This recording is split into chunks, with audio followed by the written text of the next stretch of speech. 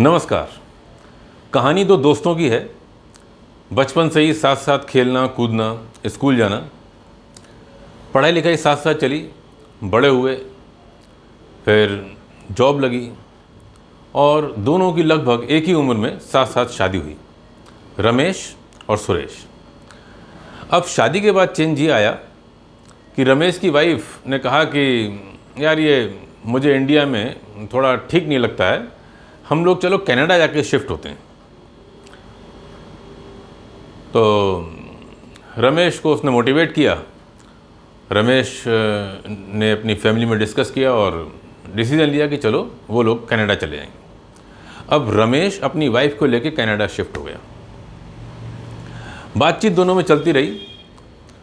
सुरेश ने कुछ दिनों बाद बताया कि यार मैं तो भी डॉक्टर के पास गया था, मेरी वाइफ को डॉक्टर ने कहा है कि आपको, उसने एक डेट दी है कि साहब इस तरह से 15 जनवरी में आपके कोई इशू हो जाएगा, बेबी हो जाएगा। रमेश की लाइफ अभी ऐसे ही चल रही थी, उसमें कोई चेंज नहीं आ रहा था। धीरे धीरे वो 1 साल हुआ। रमेश अपनी वाइफ को लेकर कनाडा से इंडिया आ गया तब जब सुरेश के बेबी हुआ। रमेश की लाइफ में भी कोई चेंज नहीं आया था, वो लोग ऐसे ही अपनी लाइफ जी रहे थे, जबकि सुरेश के जुड़वां बच्चे हुए थे। रमेश ने सुरेश से कहा कि यार देख, तेरे तो 2 बेटे हो गए हैं, तो मैं तेरा एक बच्चा अडॉप्ट कर लेता हूँ, अगर तुझे बुरा ना लगे, अगर तू माइंड ना करे, अपनी वाइफ से बात कर लो। सुरेश ने अपनी वाइफ से बात की, एग्री हो गए दोनों और लीगल फॉर्मेलिटीज़ पूरी करके सुरेश के एक बच्चे को रमेश ने अडॉप्ट कर लिया, गोद ले लिया और उसको लेके वो कनाडा चला गया। अब मिलना होता है 2 साल बाद। रमेश अपनी वाइफ और बच्चे को लेके 2 साल बाद फिर इंडिया आता है। अब सीन ये है कि बच्चे दोनों सुरेश के ही थे, लेकिन जो बेटा सुरेश के पास रहकर पल बढ़ रहा था वो रमेश से और उसकी वाइफ से और उसके बच्चे से अच्छी हिंदी बोलकर बात कर रहा था। और सुरेश के जिस बेटे को रमेश अपने साथ लेकर कनाडा चला गया था, वो अच्छी इंग्लिश बोल के सभी से बात कर रहा था। आखिर ये क्या हो रहा था?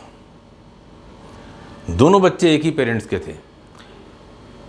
जो सुरेश का बेटा था, जो हिंदी में बात कर रहा था, उसको हिंदी व्याकरण की बिल्कुल भी जानकारी नहीं थी। उसको नहीं पता था संज्ञा किसे कहते हैं, सर्वनाम किसे कहते हैं, संधि विच्छेद क्या होता है, उपसर्ग प्रत्यय क्या होते हैं, nothing at all, he didn't know. उधर जो रमेश के साथ जो लड़का रह रहा था, जो अच्छी इंग्लिश में बात कर रहा था, उसको इंग्लिश ग्रामर की बिल्कुल भी जानकारी नहीं थी। उसे नहीं पता था नाउन क्या होता है, प्रोनाउन क्या होता है, डायरेक्ट इनडायरेक्ट नरेशन क्या होता है, एक्टिव पैसिव वॉइस क्या होते हैं, कैसे बनते हैं। उसे इन सब की कोई नॉलेज, कोई जानकारी नहीं थी। लेकिन हिंदी की व्याकरण जाने बिना वो अच्छी हिंदी बोल रहा था और इंग्लिश की ग्रामर जाने बिना वो अच्छी इंग्लिश बोल रहा था। भला ऐसा कैसे हुआ? ये हो ये रहा था, आप इसको ऐसे समझें कि आप कोई गिलास लें, खाली गिलास, और उसमें पानी डालना शुरू करें। जग से थोड़ा पानी डालना शुरू करें।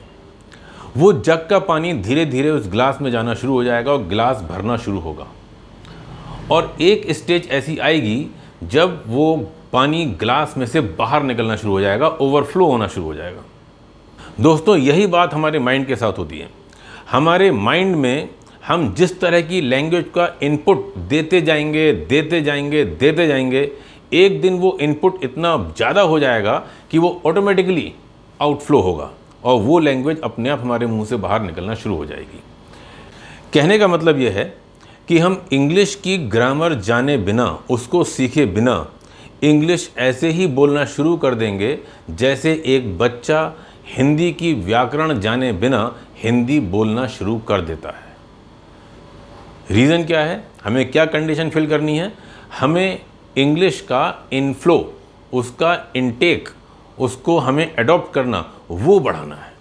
हम इंग्लिश को पर डे रेगुलर बेसिस पर अगर हम अपने माइंड में डालते जाएं तो वो दिन आएगा जिस दिन इंग्लिश का इनटेक इतना ज़्यादा हो जाएगा माइंड में कि ऑटोमेटिकली ये बाहर आएगी और आपके सारे सेंटेंसेस, आपकी सारी बातें ग्रामेटिकली भी ठीक ही होंगी। बस हाँ, आपको उस ग्रामर की नॉलेज नहीं होगी। जैसे कि हम हिंदी बोलते हैं तो हमें हिंदी व्याकरण की नॉलेज नहीं होती। तो इसीलिए मैं अब ऐसी वीडियोस लेके आऊँगा जिसमें आपको डेली बेसिस पर कुछ सेंटेंसेस मेरे साथ बोलने होंगे। आप यकीन मानिए, उन सेंटेंसेस की अगर रेगुलर कंसिस्टेंट आप प्रैक्टिस करते रहे तो आप यकीन मानिए कि कुछ महीनों में आपको अच्छी इंग्लिश बोलना आ जाएगी और आप कॉन्फिडेंटली कहीं पर भी इंग्लिश बोल पाएंगे। उसकी सीरीज़ अब मैं शुरू करने जा रहा हूँ। कृपया इसको रेगुलरली और कंसिस्टेंटली करिएगा। धन्यवाद।